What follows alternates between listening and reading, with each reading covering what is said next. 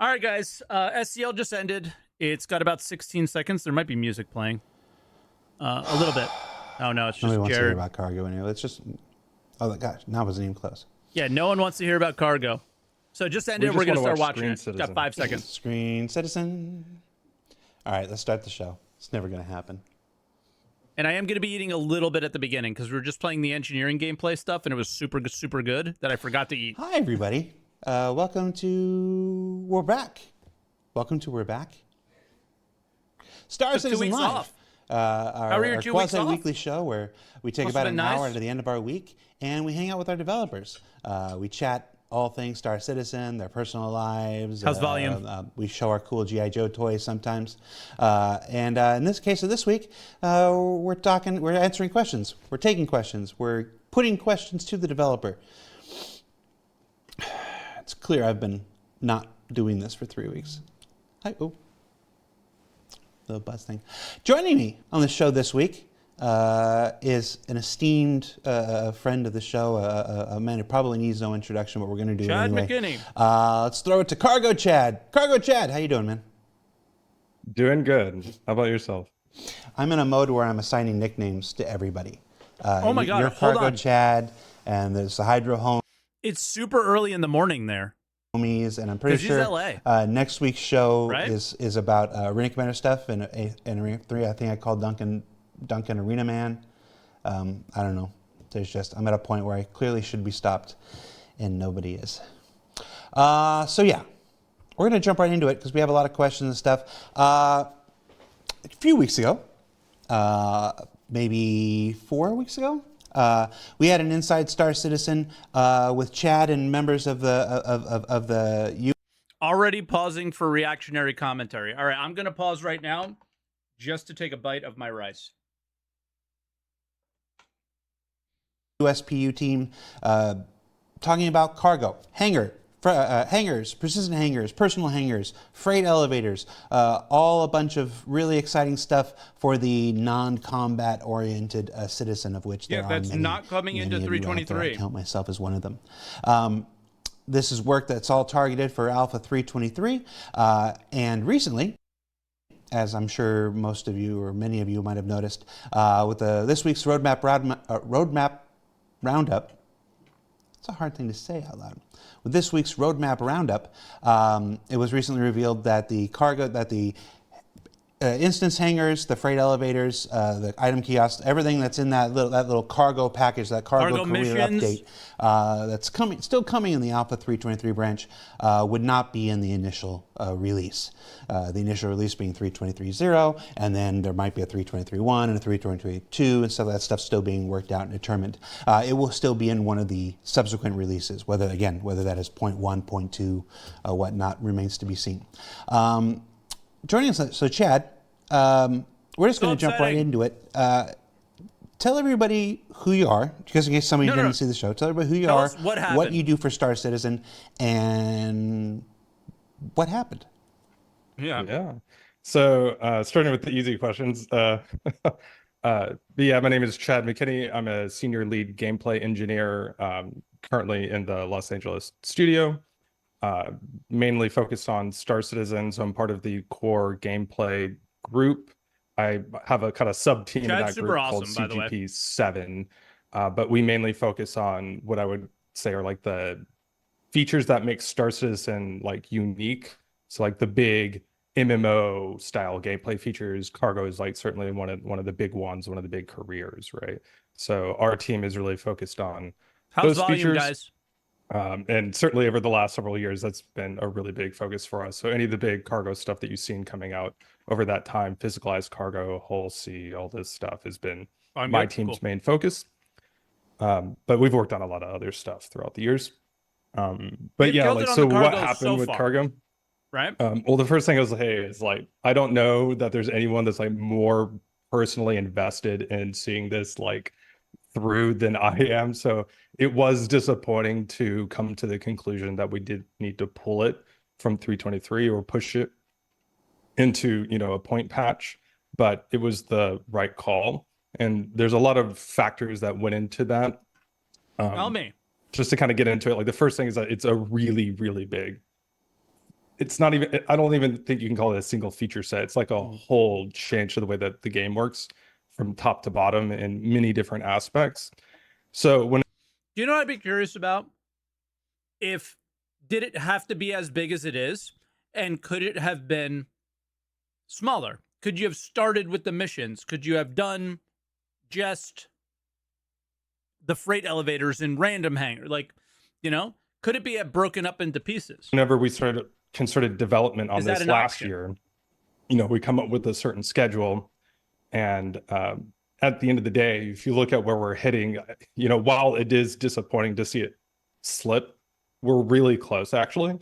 It's like Really close. it's kind of like throwing a dart at like a target like a mile away. You know, we are a bit off. We missed the target, but we're not so far off. It's not going to be like, you know, 6 months from now or anything like this. So it's a bit disappointing that it missed the release, but we so are how really many close. months? But so like the first thing is just like it's big and it's hard to estimate and quite pin down all the unknowns and everything and make sure that like your Clip dates it are because it exact will by be the 6 time months. Yeah. the actual date comes up.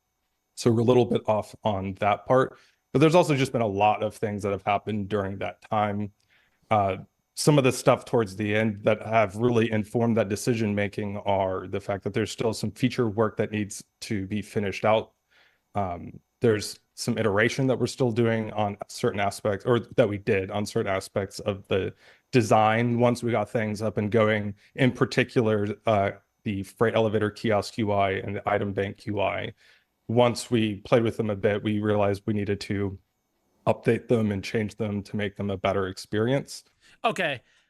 I'm very happy to hear that because I don't know about you guys, but when I saw the freight elevator UI in the ISC, I thought it looked very weird, not very good, and confusing. And like, obviously, we weren't playing with it, but it didn't look right. I'll say that. It didn't look like it fit the goal that they were trying to achieve. So this is one of those situations. If this was one of the things that held it back, you should be giving them a thumbs up and going, you know what? Good move. And like, obviously it's upsetting that we don't get it, but good move.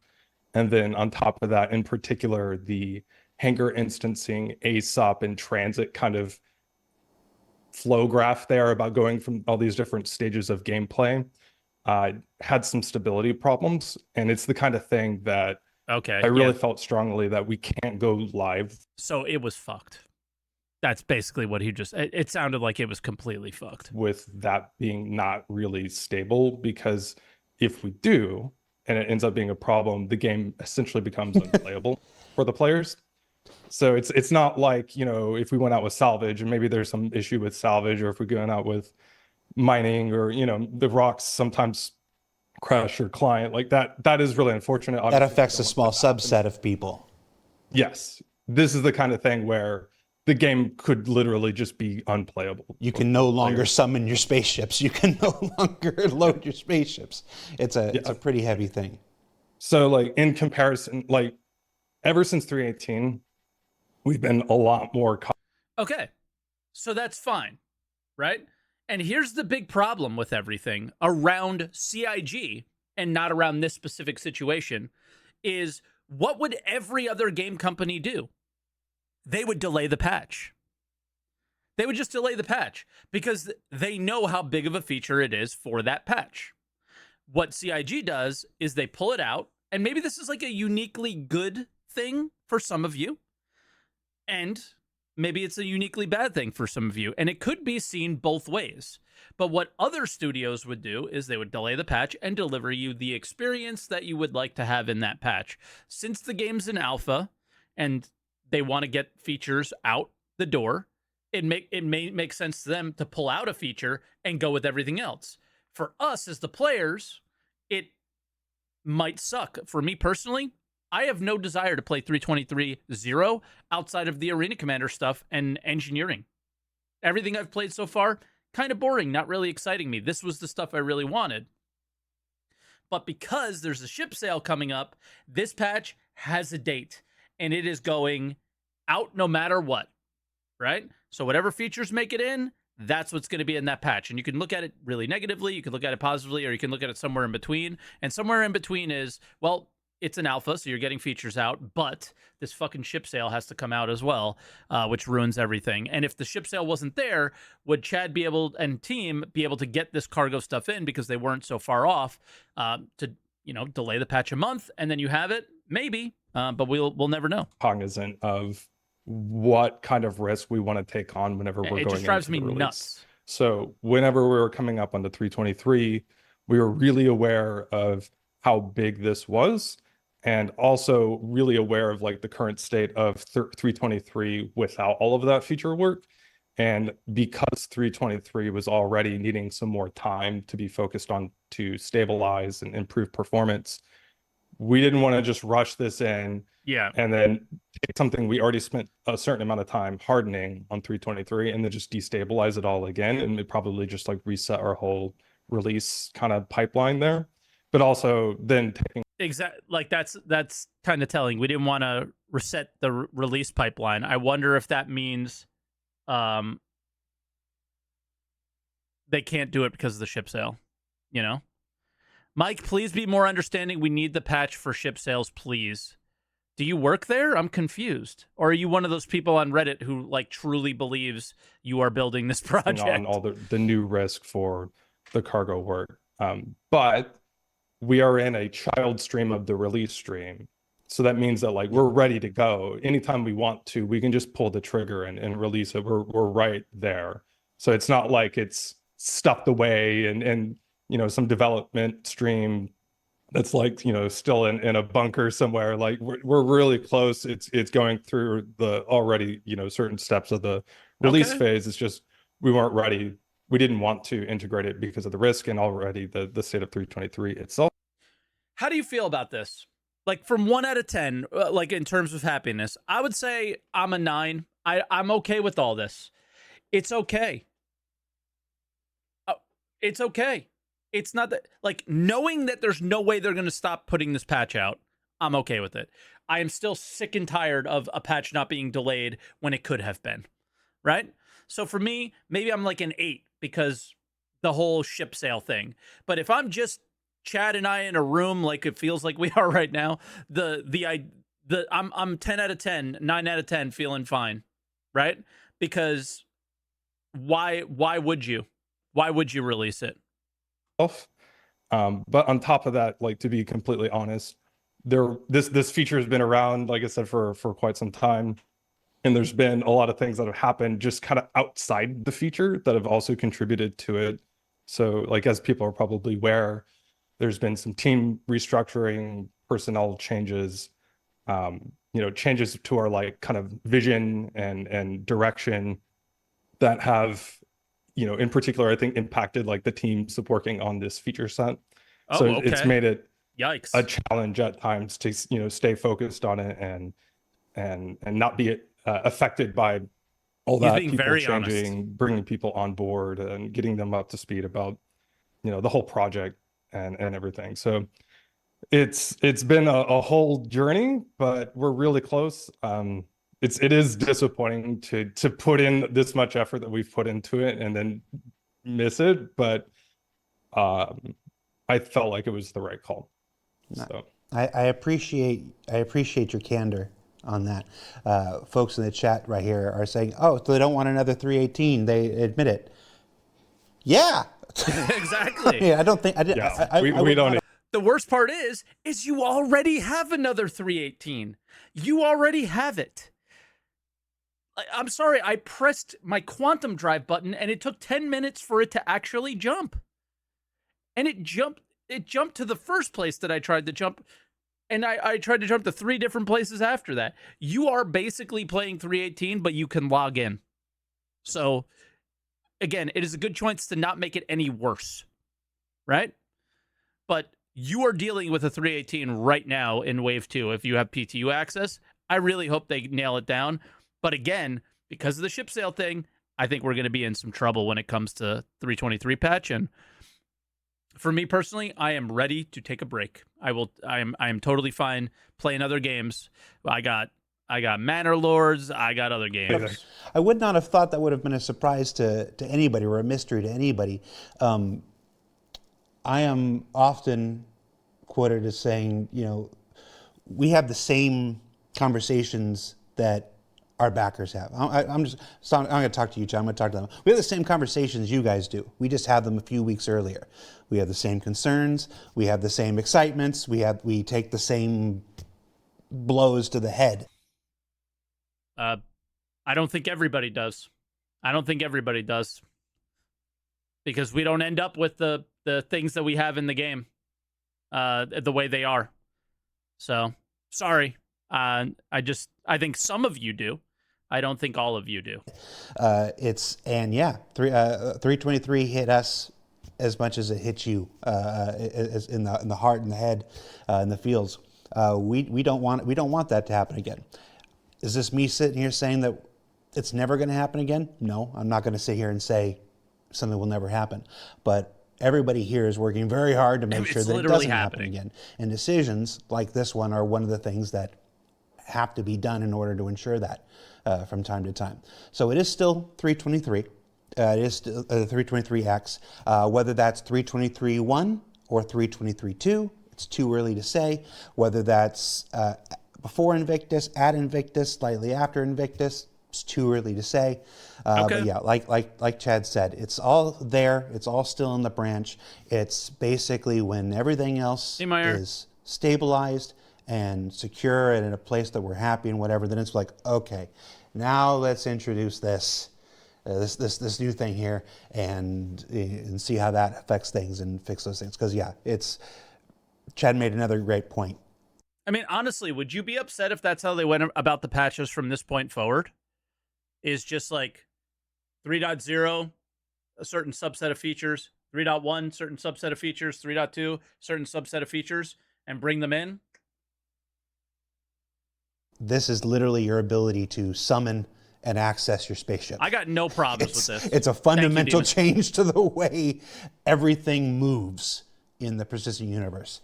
So it is not a small feature, but... And again, I think it's totally fine to be super bummed out that we're not getting cargo, if you're into that stuff. So like, if you're upset, be upset, but I don't think you should be upset on the decision making. 323 has a whole bunch of other features. We're currently 13, 14 episodes into this season. It's normally on 10 episodes. We got a bunch more coming. It's a huge, huge patch even without this. So we'll get all that stuff in, stabilize all that stuff, and then turn our attention back to this. Well, Chad's attention probably will never turn. All right. So with that, let's jump right into the questions here. This show was originally scheduled for 2 weeks ago, so we put up a thread and collected questions. We didn't have the show 2 weeks ago because Jared fell down and knocked himself out. True story, actually. I knocked myself out. What? Got a concussion. Mostly back and normal now. Got a haircut. So we're gonna jump into this. Can't tell the difference. I'm sorry, I can't help but laugh at that because that shit is actually funny. Tell the difference between concussed Jared and non-concussed Jared. All right, Caprica, you've been on the border all day, and you have crossed it. We collected a bunch of questions. We're going to just jump right in. The first series of questions. Let's talk about the personal hangars for a while. We'll get into overall cargo gameplay and stuff. But we have a bunch of questions that are focused primarily on the hangars. So let's jump into those. One of the big questions folks had after they watched ISC was, how do we prevent unwanted people from getting into our personal hangar? I mean, obviously there's some kind of a security around the elevator. Hey, Rick, I banned him, but just make sure that when we post the forum, that it's not permanent. He's going to have to request an unban or whatever, and then we'll deal with it. But he's going to be sitting out for a little while for that one. We recorded for ISC, but it didn't make the cut at the time. But also, what stops people from just charging the outer doors and getting in there? What can you tell us about access? Actually, I'll write it up right now. Yeah, so the first thing I'll say is with everything, this is like the first release of this. So what we come out with now isn't necessarily like our final vision or where we leave it. And I can tell you that we already are going to continue working on this after this release. So there's going to be more to be done all around. But for this release, the way that it's going to work is if somebody who is not in your party somehow ends up in your hangar, then what we'll do is we'll treat it kind of similar to the impounding behavior that we have for the landing areas, where they'll get a bit of a warning, but then soon thereafter, they're going to just get kicked out and teleported out into the station. If they're in a ship, the ship will get impounded, and that'll be that. It's in an armistice zone, so the players won't be able to like draw weapons or shoot or anything like this. But excuse me, but we do want to make sure that like players aren't just, you know, murdering each other in there. But we can do better. Like I said, we want to have improved security in the future and make it a more less gamey kind of experience to have heightened security in there. But it is just going to be using the impounding and teleporting behavior for this release. Does that include? So obviously, there's some time limit. There's some time period, a couple seconds, whatever. What about sneaking in at if outposts? I grab some, if I get in there really fast and I pick something. We saw the outposts. They don't have a hangar. Do you mean like if you go on the pad, do you think you'll get in trouble? That's a good question. Before I'm impounded, do I teleport out with my stolen booty? You will, but I mean it'll be considered stolen at that point. Okay. Yeah, like there's more to be done there, I think, to make that like a more well-founded experience. But like for now, yeah, you'll get it, but it will have been stolen. I think it'll probably prove challenging to do a lot there, like in practice. But I'm not going to be surprised when we go live. I'm sure there's going to be some people who are going to try to consider stolen by who? Yeah. By the game. So the game has a mechanic of I own this cargo or it's stolen. It's one of it. So the game says there's an owner of the cargo and it is SaltEMike or it is Chad or it is Tilted Turtle or it's whoever. And then there is a mechanic in the game that goes, this cargo is stolen. And there are certain places that accept stolen cargo at a reduced cost, and that's it. But yeah. We might have to react in particular. You're so troll. It's just one of those things where we need to spend more time with it to make a more well-founded, like full solution there. So we're going with the kind of easy or quick, but clean solution of just like, just teleport people out. I feel like there should be a bubble around the hangar that like you can't even get close to it. And just, you know, don't try to be too clever about it. Ryukishin in chat says challenge accepted, Chad. Like there's going to be an array of lightning fast thieves trying to get in and grab stuff before. It'll become a challenge. It'll become the 323 personal hangar thievery challenge. Watch, it'll happen. Oh yeah, it will. In the chat they asked, okay, so that's how intruders. What about group members, party members? What's their access to your hangar like? Yeah, so if they're in a party with you, if someone's in a party with you, they have access to your hangar, even if you're not there. So, let's say like my home location is Area 18, and Jared, you're in a party with me. You can go to Area 18, and you'll have access to my hangar. You can go in when I'm not there. You can go in while I'm there. You can use the freight elevator kiosk while you're in there. You can use the item bank.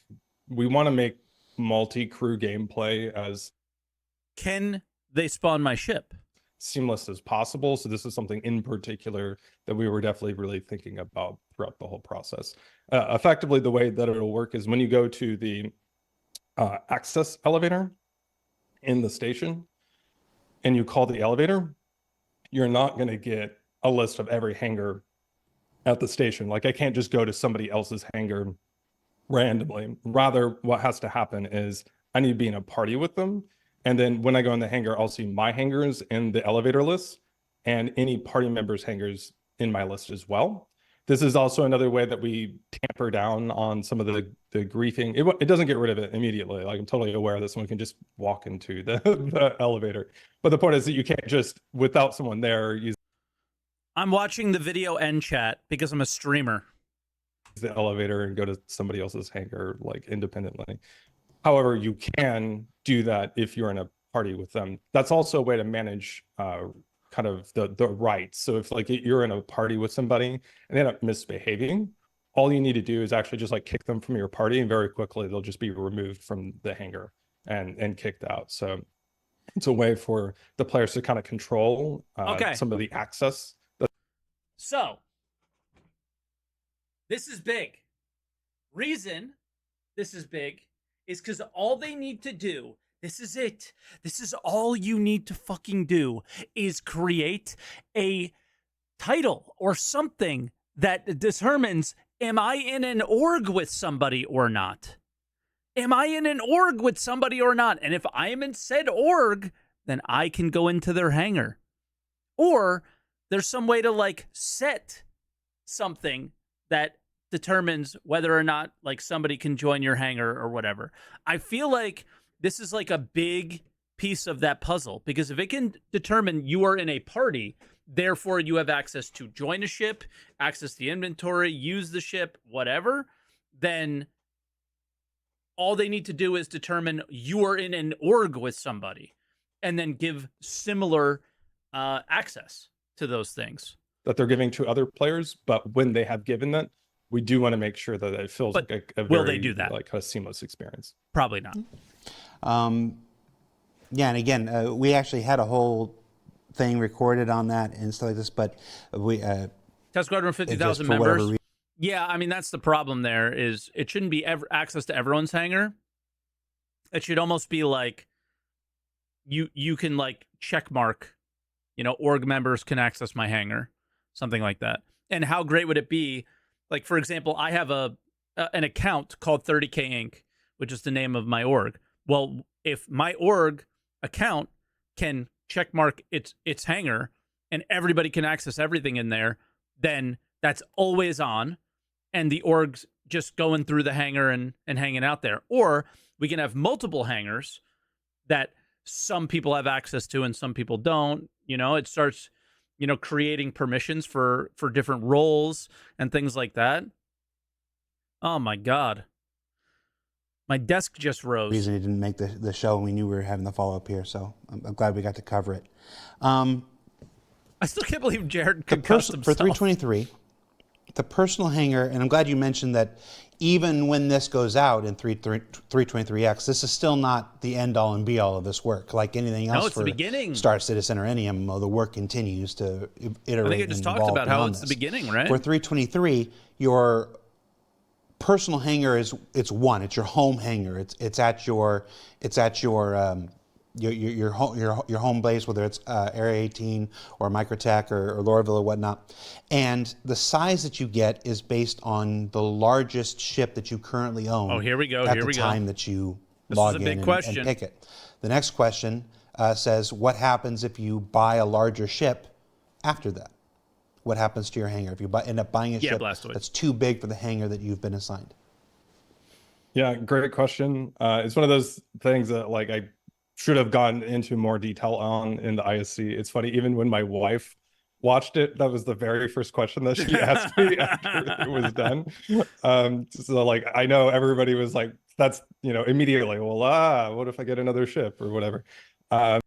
And again, that's the knock on the video content. That's the knock on the video content. Is there's nobody there going, but, and asking the most obvious fucking question. So yes, we've thought about that. For this release, again, this is just the first release. We're gonna improve on this aspect of it. For this release, the way that it will work is, if you buy a new ship, whether that be outside the game or in-game with in-game currency, and then you go to request that ship, you can't do it if the hangar isn't large enough. So instead, what would happen is you would be given what we call a public hangar. And a public hangar is similar to a personal hangar. Just the difference is that if you were to leave the location, anything that you left in that hangar will be cleaned up and thrown away. So you can't treat it like your personal hangar. Like the personal hangar, you can decorate and leave all this stuff everywhere. You log out of the game, log into the game, it's all still there, etc. The public hangars aren't like that, although they're not really that different. And what I mean by that is, one of the things I didn't have time to really go into in the ISC is that public hangars have freight elevators. How obviously, does all this work when you're not at your home location and you're not using a personal hangar? Let's say my home location again is Area 18, and I go to Beijing Point and I land. Those are still persistent hangars. They're just not your personal hangars. And the distinction here is just that if I were to take my ship and land at Beijing Point, and then I'm given a public hangar, while It's I'm at my basement public point, hangar. while I'm there, anything that I leave in there is going to stay in the hangar. So let's say I just drop a bunch of boxes on the ground and then go into the station to sell some commodities or whatever, Oh no, or okay. do anything else, me and my friend. Then I go back to the hangar. The stuff in that hangar is still there. If I'm going to log out of the game and log back into the game, I actually still have my stuff there. It's Is it so long nobody took it? only when I purposefully leave the location that that stuff is taken away. So that's a public hangar. Oh, And when you okay, say never taken mind. away, Mhm. what do you mean? Despawned? You lose them. They're forfeit. Yeah. So Again, don't leave your it's stuff in something a that we public want to hangar. improve on in the future. What we would prefer to have is There's no like lost and found at these stations. I mean, come on. No, kidding. rented storage, and in fact, I'll get to that in just a moment. So that if you leave, it's more like you kind of have to like buy it out of impounding, you know, or pay like the fee for the storage costs. For now, it's just they're going to be discarded. You will get a warning when that happens, so that you know that you're going to lose that stuff if you were to leave it on the ground. Mike, you've been to an airport. Any unattended baggage will be destroyed. And True. accidentally in the public hangar. But for now, you're just going to lose them. But the kind of what my point was with bringing all that up regarding your own ship is that it's going to be the same behavior as if you were to go to a different location in the game, but that is still a somewhat persistent experience anyways while you're there. It's just not, it's what we won't do, and where I think some people have, you know, kind of imagineered is that like we would like grow your hangar magically larger and like rearrange the things. Like we're not going to do that. And instead, what we want to do in a subsequent release is to add a whole pipeline and feature set for upgrading your hangars, including like moving things This shit's going to be on the pledge store. around. And on top of that, renting the hangars at other locations in the game. Like it's not the intention that the hangars are only at the 100%. initial home locations. It's just where we're starting now because we don't have the time to implement all of the feature work and backend that's needed for rentals and upgrades. Yeah. With including like fees and all over time and all this stuff. So what that means is just that you're going to have the one at the home location now, but in the future, absolutely, we want players to use this as a way of like kind of having a sense of progression in the game, so that when you're playing, you can accrue wealth. You can then use that wealth to expand your kind of area of influence and where you can, you know, tag, have extra inventories, have extra storage locations, and kind of spread throughout. And I think this will become especially important once we bring more solar systems online. It's kind of interesting because we already have that. Like, this is a current experience that we have now where like you could put anything anywhere, and they're going to be taking that away. And I think rightfully so. I'm just really curious what some of the less logical backers that we have here are going to think about all that. Like, I used to be able to store my stuff over here and now I can't, you know. I can feel the arguments. You're definitely going to want to have, I think, more hangars across the different solar systems in the game. So this is just step one. It's not the final, you know, stop in this progression. We know where we're going. It's just trying to find the way to carve up the feature to still hit an initial release. So this is one of those things that we kind of, you know, took a step back, simplified it for now, but Okay. we're going to do more. Okay. No, it's a good answer. You mentioned, I can't wait for somebody to spawn their instance hangar in and it's just filled with shit, and then the whole game just freezes. that players will be able to go into your hangar and access your... I mean, you know what I'm doing? Like, I haven't told anybody what my plan is, but my plan is to buy the cheapest cargo possible and just dump it. your inventory or access the freight elevators. Will they be able to access their own stuff inside your hangar? Yes. So if someone is in a party with you and they end up in your hangar, they can use the freight elevator kiosk. And when they use it, they'll access their own inventory.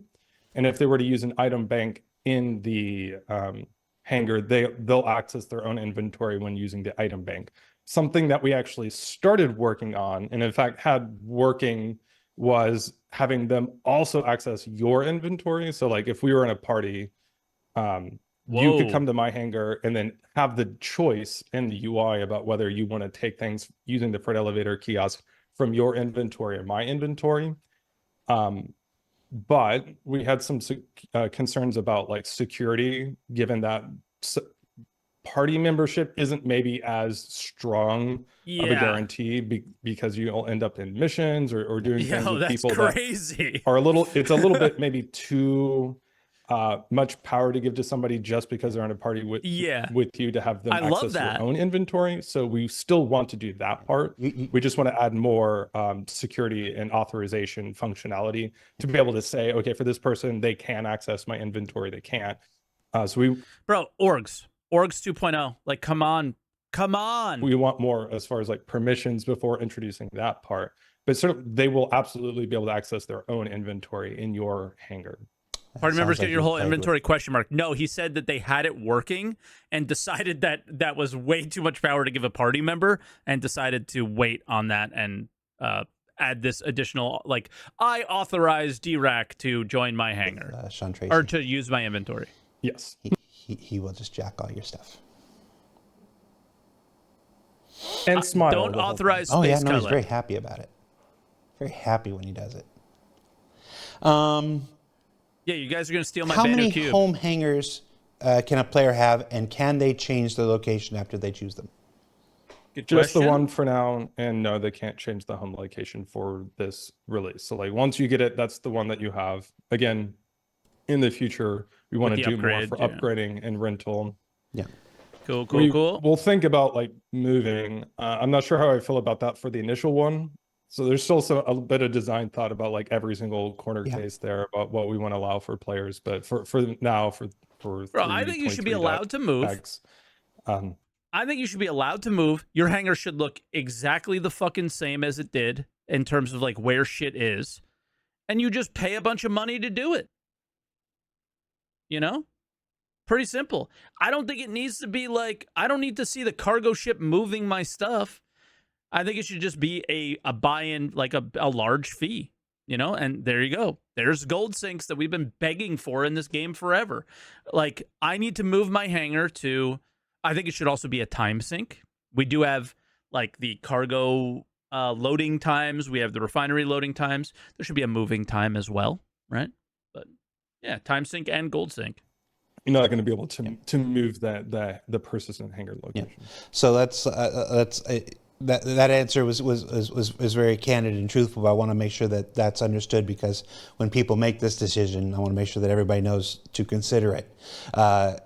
When you start, when this patch launches, you will get a decision to choose your new starting location for the duration of 3.23 until whatever comes next. When you choose Area 18 or Microtech or Hurston or whatnot, you are locking in your persistent hangar, your persistent personal hangar, for the duration of that patch until additional function. So what you're saying is that we have a meaningful decision to make. I don't know what that feels like. I've never had that in this game. Functionality comes on, so. Don't lose that information and for the folks who are making the 7-minute cut down version, make sure that gets in there. Yo, Jared fucking absolutely hates Noob. Okay. Indeed, and just to kind of preempt, I also almost always cut out Jared. Another, so I read everything. I know, like, every question you guys have thought about, like I already know it all. So like, and another thing that people have raised as concerns is pirates. Like, what if I'm a pirate and 100% I don't want to like set my home location as forever to be Area 18? I'm going to go to Grimhex. The Grimhex question. Here we go. Am I just screwed? Do I not get a personal hangar? The answer is, again, like for 3.23, we just don't have the functionality to allow for those other locations to have them. But it's not that we don't want to allow that. Like, we do want to. It's just not going to be in this particular release. Okay. Okay. Are there plans to allow personal hangars that are not at the major landing zones? In the chat, folks are asking about Grimhex, but possibly either at stations or smaller ground locations or whatnot. What can you tell us? Yeah, essentially anywhere you can spawn a ship that has anywhere that has hangars will have personal hangars. Like that's the long and short of it. So the rest Just not stops, in 323. brimhacks, we want it to be a prevalent thing to give the player options. Of course, we'll come up with our own decision making as far as the economics of it. Perhaps we will consider maybe charging more or less, or having different dynamics for the rental aspect of it, or whatever. So you could But do Everus. Exactly. we want it to be a very open. I mean, who doesn't like? Man, one of the coolest visual locations are the OE LEOs or whatever. Right? You're looking down, you see the absolutely sick clouds that they have now, and all sorts of stuff like that. Like, I want to live in a station. I don't want to live on a planet. Open thing. We don't want it to be constrained. Like again, another thing that I've seen people, comment on is that we're trying to push people to play on the landing areas on the planets. Rent, yeah. That we're putting a lot of focus to keep people on the planets. That's not actually our goal here. It's just what we needed to do to get this done for this particular release. We want people to be able to go out in the universe and claim some part of it and feel like that's their home. And if you have a preference that's not, on a planet, we want to empower that. We want you to feel like you can go somewhere else and call that place your home, Grimhex, Pyro, whatever. Yeah. And have multiple even, so that you can bounce around. So if you're spending a period of time in one region of the game, especially like once we get multiple solar systems, we don't want you to feel like overly punished because you just have this one location and you'll never go back to it. I also really want a much better ability to just live on my ship because it's so far away. We want it to feel like basically the hangar idea is cool, but here. And this I think also kind of gets to cut of the core of Star Citizen as a game, which is we're threading this needle of a simulation and I can hear. I just gotta blow my nose. Enjoyable game experience. So we want to make physicality and inventory tie into that and make the game feel tangible, give you important decisions to consider, have risks involved with certain decisions, so that you have to be thoughtful and that feeds into all aspects of the game. So like, for example, let's say I have a bunch of inventory as far as like the guns and loadouts that I have access to at my home location. If I'm going to go take a bunch of missions, it's like on the other side of the solar system, we want you to actually think about that. And then when you're over there, you don't have as many options as you had before. You can't just quickly change out your loadout. You can't necessarily quickly stock up unless you thought about it ahead of time, right? So we want you to be thinking about it. At the same time, we don't want it to just be super punishing so that you play for like 30 minutes, die once, and then just feel like, okay, I'm just done here. I don't want to play this game anymore. We're trying to find that balance to make it an interesting, fun experience, have those simulation aspects where it feels like a real space game. It's not magical. You can't just summon a thing out of thin air. There are important reasons why you need to think about what you take with you, but it's not overly punishing, which is like a different track than other games. Like as an example, like a game like Diablo 4 or like many other classic big games like that game, you just have like this you have this invisible inventory. I mean, you access it from a chest, but the point is you can access it literally anywhere in the world, and it's all the same inventory. And that makes sense for that game, right? They have different problems, they have different play patterns that they want to encourage. But for the game that we want it to be a little bit more thoughtful, a little bit more tactile, but not as super punishing as maybe like I'll keep Escape from Tarkov or something. Yeah.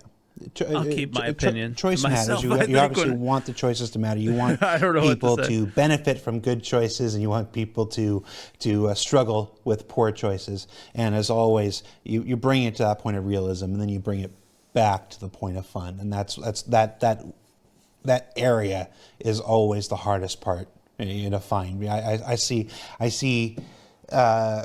Who's the person that there's somebody that the Twitter algorithm's been putting in my feed, even though I try not to see him all the time.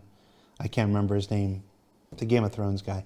But I'm talking about the game not being a sim or whatnot. And so certain aspects, yes, we want to push them to be more simulation-like and as close as we can get within the confines of Oh my god. The fact that they mentioned him, he must be there must be 45 tweets. Hashtag Asmongold. Giant shared server MMO technology, and then bring it back to the point of fun and stuff like that. So there's always that balance there. Greasy Khaleesi. Took me a while. I remembered your name. Yeah, what a great guy. Get out of my feed. Yeah, I keep seeing them on Twitter. Lobotomy. Yeah. Must be nice. Lobotomy in the chat asks, how are you going to make finding a party member's hangar not a scrolling contest in the elevator if you're in a large party? Yeah, so whenever you go to question. the elevator access in the station, when you call the elevator, that carriage is your carriage. So when it shows up, it only has the stops in it that you have access to. So by default, if you start in your home location, like area 18 in this example I keep using, then I would go in, and if, let's say, I had a account that the largest ship on it was a Drake Cutlass, then I would go in and I would have a medium hangar that I would see in that list. It would say, you know, whatever, Cthulhu, Dark Cthulhu Lords medium hangar, because that would be like my name or something edgy like that. So the point is that, like, I'll see my hangar in there, but nobody else's. When I'm in a party with somebody and then I call that hangar, I'll see their hangars at that location there as well as mine. But unless you have like a lot of party members, that list is not going to be long. And in fact, it's going to be much smaller usually. Usually it's going to be like one. Okay. But what about for people who play in large parties? Have we thought about this? Or maybe two, maybe three, you know. I am totally aware that there are people that go out into the server and they just make, you know, this giant single server party. That person, if you're in that party, yes, you'll go in and you'll see like 100 in that list. I don't know, I guess. Okay, I mean, like, sure, for the initial release, fine. But can I mark my hangar authorization off? We should be able to do that, I think. I think that should be part of the system. We really do kind of need party limits. No, we don't. I don't think so, especially not when they're making the player limits higher. I think what we need is the ability to share or not share, because you don't want party limits in a game where hopefully you're going to be fighting over territory. I mean, look at a Jump Town. What if you were party limited in Jump Town? I think that would be a little bit weird. In that case, you're going to have a little bit of a rough time, but this is obviously yeah, exactly. You're stuck a little bit in traditional MMOs where this is like, it's just has that sandbox element to it. A pretty big corner case. So yeah, that's the main mechanism. That will get resolved as the feature continues to develop, and people can choose more locations. Right now in 3.23, they're limited to the 4 primary locations, but as people begin to be able to choose different locations for their primary personal hangar and whatnot, that problem will get diminished. So yeah, and actually, I'll use this as an opportunity to kind of re-impress a point, which is that it's only the ones at that location that you have access to. So if I were to go to Bajan Point, and I have a party member whose personal home hangar is at Area 18, it's not going to show up. Yeah, it won't show up. Yeah. So like it's tied to the location. So for that reason, it does get parsed out. Okay. And if, you know, as you were to say, in that 100 persons, like, it would only be crazy if all of us had the same hangars at the same locations. Unless all 100 people pick the same home location. But I do still it's still think going to be spread out amongst all the locations that they all picked independently. No, Bajan Point is not a news station. He's saying Bajini. Oh, sorry, Bajini. Yeah. This comes up a lot.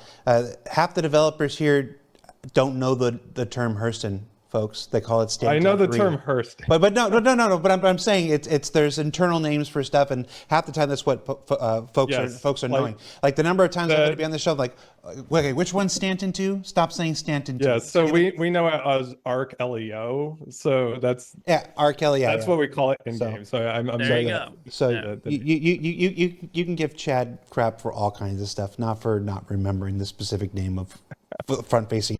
I'm glad Jared jumped in too, because I was about to in my chat, because you guys kept saying, "What's Bajan Point?" Name of something that doesn't exist on the internal stuff. I was just trying to think of something else I wanted to give you shit about.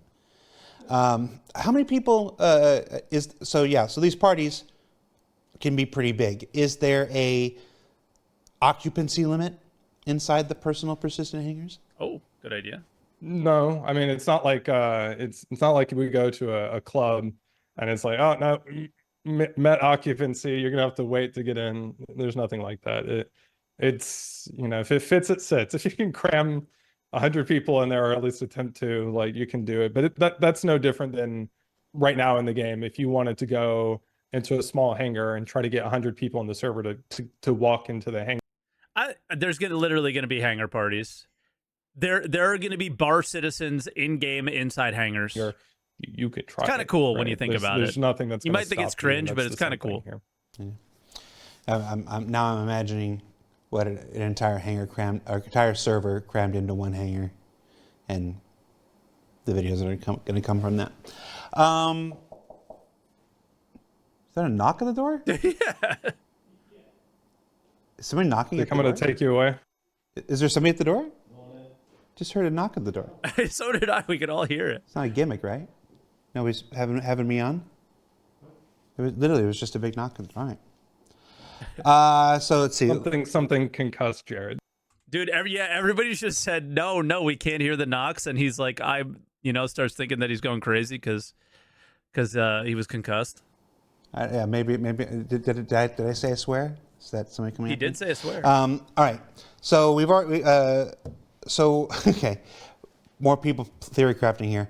If a player is inside their ship, inside their personal hangar, and they log out from the ship bed, where do they wake up when they come back in? Ooh. Has the ship been stored? Yeah. So. In this case, it won't be back in the hangar for this particular release. Again, this is just one of those things where there's a lot of complexity in how the hangar instancing works and considerations across shards and server meshing and all of this. So for now, no, it won't be that, like, if you were to log out in your ship in your hangar and then log back in, you're going to end up in your ship in your hangar. But we do want to revisit logging in and out with the hangars in particular. So that's something that we're going to be absolutely looking at more specifically. And if anyone's kept up with my hot take commentary on Spectrum, they'll know there's already some discussions, like, more broadly about login flow, and this definitely ties into it, about, like, just generally how logging in is supposed to work in the game. And hangars are an important aspect of that, but we're thinking much broader than that. We're thinking, the whole game. So we also need to be thinking about things like HABs, like bases, all of it. That's the perfect trader exit plan. No. I think it's the same no matter what. Like, I see what you're saying. So, like, you're waiting outside. Trader has a bunch of cargo in his hangar. You could see into the hangar that he's there. He hasn't opened the doors yet. I mean, if he opens the doors, it's kind of messed up. No, will he wake up in another location? I'm confused by what he said, but if you're in the hangar, you're not waking up in another location. You're going to wake up in that city, right? And they're just going to bed log or log, period. Like, no matter what they do, they'll just log because it's an instance that you're not allowed in. So that instance will just be like, whoop, goodbye. And it's going to, so piracy just is not going to happen at that location. And it probably shouldn't.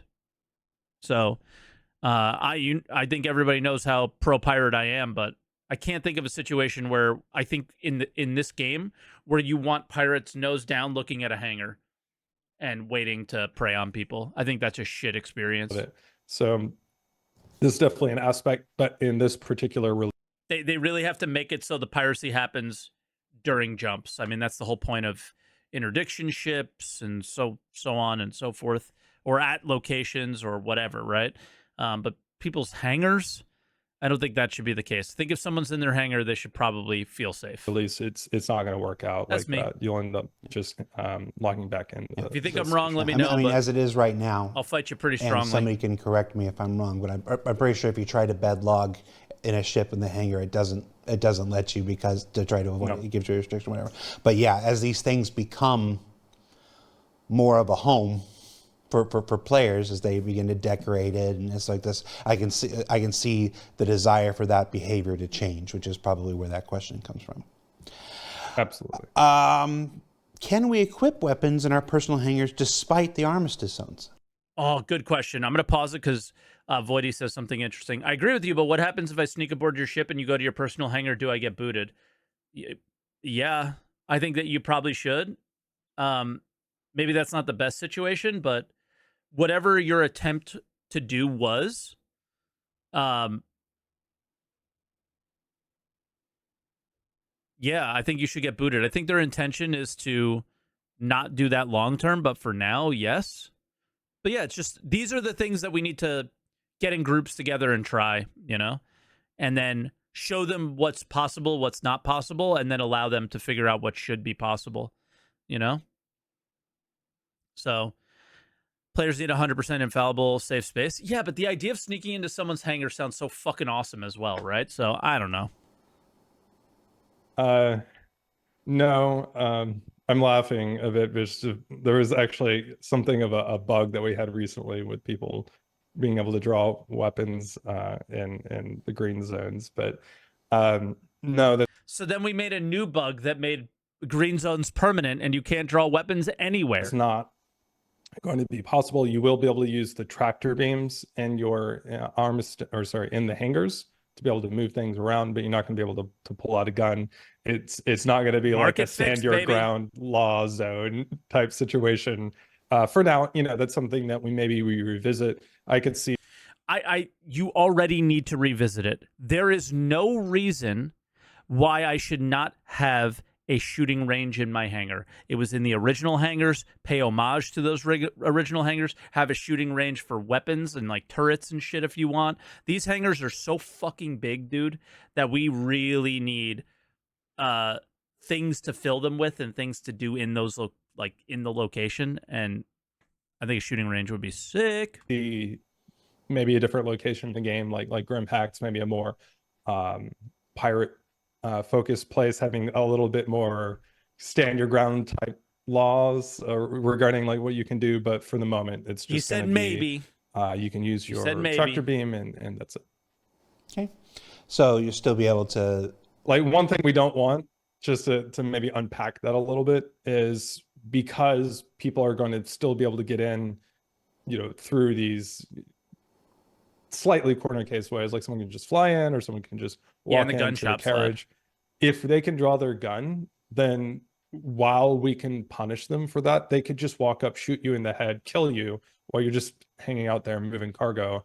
And then yes, they're going to get punished, but like for someone that's like griefing, they got what they wanted, right? It doesn't matter if they ended up dying or even going to prison for a period of time. They kind of got what they wanted out of that situation. So we're just not going to have that here for now. We'll revisit it again whenever we have better improved security mechanisms and more opportunity to consider all the design aspects of it as well. I mean, man, the idea that the NPCs are still so bad is such a problem for this game. Gotcha. So when you use the item, there's so many things that are being blocked from an NPC defending a player. Can you call up a rocket launcher? The rocket launcher comes up in a crate. Whether it's an automated turret or not. Them, you just can't like raise them and shoot somebody with it, right? So you can. It's just as if you're in the station. Like you can have the gun on your back. You can get the gun out. You can use the tractor beam. You can hold it. You can load the guns onto the gun racks in the ship and stuff. Yeah. So like all of that's fine. You just can't literally raise the gun and point it at somebody and pull the trigger. That's the thing that you can't do. Okay. Last of our personal questions personal hangar questions before we get. You had a crime set 3 and was running around Loreville? Yeah, it's probably because the NPCs, couldn't do it, right? More cargo-related stuff. What does all this mean for our OG hangar flare items? Can we use them to decorate our personal hangars? How can we decorate our personal hangars? So first off, shout out to people who remember the old OG hangar flare. I remember way back in the day, and we had fish tanks and the jukeboxes and all of that. And in fact, my team was the team that worked on a lot of that stuff way back in the day. and unfortunately saw it kind of rot over time to the point that we ended up removing it. It was implemented in a way that was very like divergent from where the rest of the game was going as a more persistent game. So it definitely has a special place in my heart, like, a lot of that stuff. Unfortunately, this release, we're not going to have like revisited that. The prop team would need to go back and redo everything. rebuild some aspects of it because they're quite old at this point. There's a lot of changes in the way some of the features work, especially things regarding interactions and usability and all of that. So there's some work there on the props and interactables team to be done, and they've been really focused on the mainline feature work for this release. So it's not something that we've had the time to get to, but it's not something that we've forgotten about. Like, definitely we remember those things fondly. But it is kind of easier actually sometimes to make new things rather than like revisit a lot of old things. So one of the things that we are adding in this release is furniture. So you are going to be able to buy furniture in game at certain locations and then be able to decorate your hangar with that, couches and stuff like this. What? So you'll still have some That's things that cool. are more social, that are more, interesting, make it feel a little bit That's more kind of homey cool. to decorate your hangar with. And otherwise, I look forward to all the fun shenanigans that people get up to with where they end up putting these things. Because I'm But putting a couch in my ship. it's not like, we definitely want to encourage that kind of thing. We want players to feel like this is their home. We want players to have some fun things to be able to. Yeah, then immediately take them out of the store and have players crafting them exclusively. Thank you. To decorate and place throughout the world. But for now, it's going to be the newer furniture, not the OG hangar. Yeah, it's just, he said furniture and couches. Sitting on things, not that cool. But there's tons of other furniture that could be cool. It's a good rule of thumb for managing your expectations. Can you help me next week move some stairs? Yes, some chairs. Yeah, like, we're gonna need moving crews. Like, everyone's gonna be like, "Nah, man, I'm busy. Can't help you this weekend. Sorry, bro. I'm visiting my family." If you can pull it out and hold it in your hands today, then yes. If you can't physically manipulate it in the game in 3.22.2 or whatever patch we're on, then no, that's the stuff that's still waiting to be brought in. That's basically the process. They got to go back. This stuff was built, like I said. There's not that many of those things, by the way. So a lot of it was built by our old friends at Behavior. Shout out to Dave Richard and Christine March way back when. It was built specifically for the hangar module. It wasn't built to be handled. Cool with hands and IK and stuff like that. I almost used up my second swear. So that stuff's all got to be converted. It was also built in a different way, different metrics, different processes back then. So that process of bringing that stuff over. I've seen the zoo. They've built what we call it a zoo. It's this giant level that's just all of the hangar flare, and they've been slowly.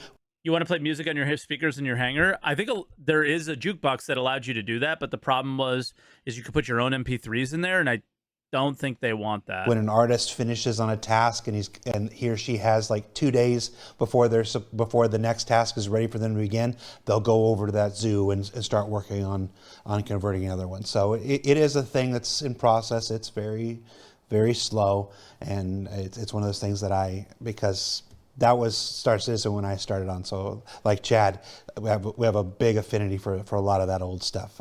Yeah, man. I mean, I think we all want a fish tank and go to different planets and put those fish in the fish tank. I want my stupid jukebox. I want my calendar. I want my calendar that tells me what day of the week it is in 2014. Yeah. And so like that to work. And I hope they don't fix that. I hope it still just tells you what day it is in 2014. True. Yeah, that's a good rule of thumb, I think, for the players. Like, if you can manipulate it in game now, it's something that you'll be able to gain access to and manipulate it. Then there are going to be some things that you won't be able to move without putting them into an inventory container box that I mentioned, I think, on the ISC. So there are going to be some things that you can't just spawn into the world, mainly because just the art, honestly, and like the kind of gameplay setup of the thing wouldn't allow it. There's just some things right now that really weren't meant to be independently spawned as opposed to like attached to something. But there's if you can play with it in the game now Yes. and manipulate it, then you'll have access. I've been chasing Steve. I've been torturing Steve Bender to take that old towel, the old Hitchhiker's-esque towel from the old thing, and make a melee weapon out of it. He ignores me and walks the other direction. I have no idea why.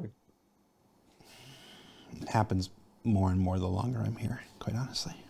All right, so let's jump into some more cargo-specific gameplay. Chad, are you okay if we go a little bit over the past? Happy to. There? Okay. Yeah, like what's gonna happen actually is like once I'm done with here, I'm gonna get ready and I'm gonna hop on a plane and then I'm going to a bar citizen in Chicago. So Right. I'm good. Okay, so we'll take some we'll do some extra time. We'll put some extra bonus time on this one because there are a lot of questions. This is a big topic for folks. So we have another 30 how minutes. How does manual or auto loading work Cutting it at close. outposts, scrapyards, and other non-hangar specific locations? Great question. The answer is it won't. So if there's not a hangar, you won't have auto loading as an option. That is a feature, not a bug. Like the. But if we saw the freight elevators at the outpost are significantly smaller, so auto loading doesn't really make sense. The point is that like a small outpost is not the kind of place where you're going to be doing large trades. We're going to be. This is something I'm not sure I got quite into as much detail on the ISC, but one of the big changes that we're making about how you buy cargo is changing it from being a raw resource allocation. So you won't just be picking like 3 SEU and then have the system like automatically figure out the configuration of cargo that you would need to put that into your ship. Rather, the places in the game are going to have certain stock, and that stock will include the box size.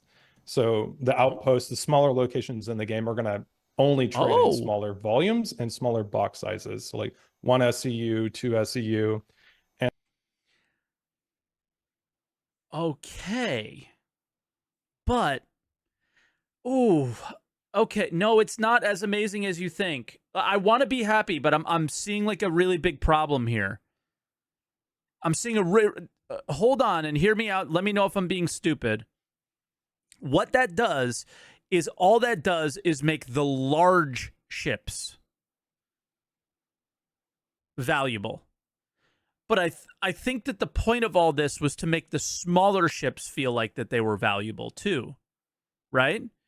And the thing is you could put the small boxes in your big ship, but you can't put the big boxes in your small ship, right? So, like for the person who says rip your C1, not really. You go to the small location, I guess, but it'll be, I guess, in a positive way.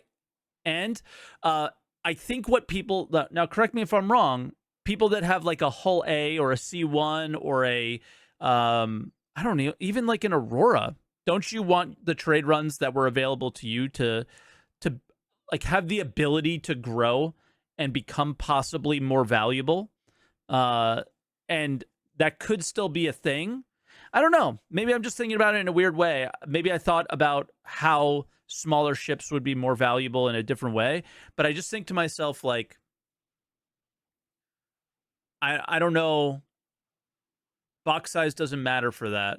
The item does, or the route does, or the payment for the mission or whatever. But the thing is, I guess what I'm trying to say is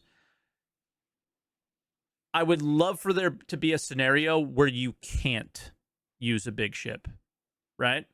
Where you can't use a Carrack or something. Like you try to come down with a Caterpillar and they're like, what are you doing? You know? That's what this does? Not really. How does it do that? So here, how I see this is, and this could be very cool as well, which is me taking the you know, like, ooh, this might not be that good, into, ooh, this might be really cool, is taking like 35 different small missions in your Caterpillar, and you're picking them all up and you're going on different routes and moving from here to there to there to here, and that might be really cool, right? I just struggle a little bit with the fact that we have these really small cargo ships and they don't really have a lot of love. So, and I think this almost does the opposite. So we'll have to see, but You think the new flight model might do it? It could. Yeah, it could be a number of different factors. I guess this specific solution doesn't solve the problem for me, and I thought it would. Yeah, not everyone has big ships, right? I just want to. Okay. How I envision the game could be entirely different than they do, but this is how I do it. You start out with an Aurora. You have 3 SEU of cargo, right? So you're only going to be able to run cargo from certain locations. And then you buy yourself a hull A. And then you buy yourself a hull C. So what happens when you've bought yourself the hull C? Let's not use the hull C. Let's use the C2 as an example instead, because it can do cargo in more locations. Let's say the last ship I buy is the C2. Will I ever use the hull A again? Right? Or will I only use the C2? And this comes from experience, guys, of like I run a logistics org and there is literally no reason to use any other ship other than the C2. It just makes too much sense. And that's what I would like to see go away from the game. And that's all I'm saying is like now it's just, okay, well, if I like to run cargo and I want to run all sorts of cargo missions, I'm always going to use a C2. You know what I mean? So that's more what I'm talking about here. So I hope that they solve that problem elsewhere. I think the difference is autoloading the C2 won't want a smaller location because they have to manually load. Well, okay, again, we don't have a lot of the answers. Maybe he answers them here, but we saw the freight elevators at the smaller locations. So I wonder, I'm very curious, will the smaller locations do something like this? The boxes appeared to be 8 SEU in size in the sneak peek that we saw. So let's say, do I have the ability? I imagine I would have the ability to buy a number of different, like 96 SEU, right? But they would come up in 8 SEU boxes. You know, something like that. And then smaller to fit the end or whatever. But so yeah, I don't have the auto loading, but everybody still has to wait for the 96 SEU. I don't know. I just want you guys to like think about it. Like, while that is a very cool feature and that is awesome, I do want you guys to think about the idea of not everybody likes flying the C2 or the hull C, and they have been in power for way too long. And I just want to know more about, you know, the Cutlass owners, the hull A owners, the freelancer owners. These are cornerstones of the game's history, and I want them to just mean something. That's all. And so far, I don't see that yet. The idea is that like those places, you're going to just manually load it yourself, and you wouldn't show up with a C2 and fill it with like 700 SEU of 1 SEU boxes and then have it automatically pack it for you. That's not the point of that location in the game. Okay. I mean, maybe then. I don't know. I think this is one that I need to get in game and get a good feel of and give feedback on. And I think I'm just going to leave it there. Game. It's not the route that we want that to I get what he's saying, though, but what we want to do is differentiate the game. We want the locations in the game to serve different roles. We want there to be a reason to go to different places in the game, and we want there to be a reason to use different ships in the game. Okay. If you're a player that owns multiple ships, you will be now rewarded for, you know, good decision making as far as like your trade route considerations and your location considerations and your ship choices.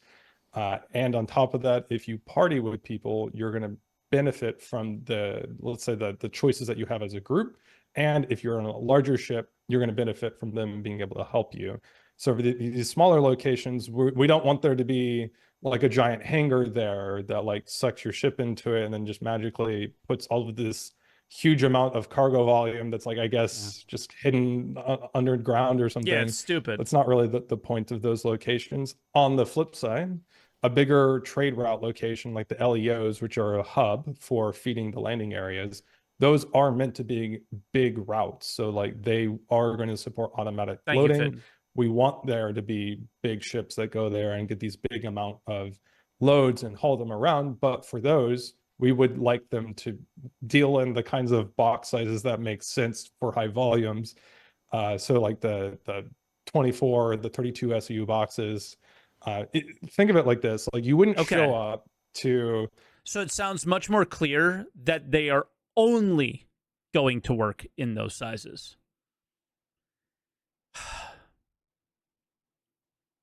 It's just not how I envisioned the game.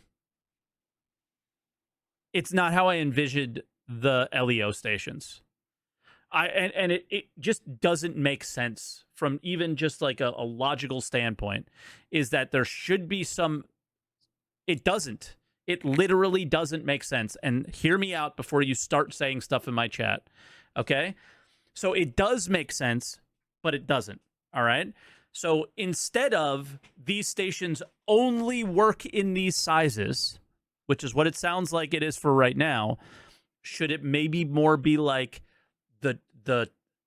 the level of mission or the type of mission I'm taking only works in these sizes?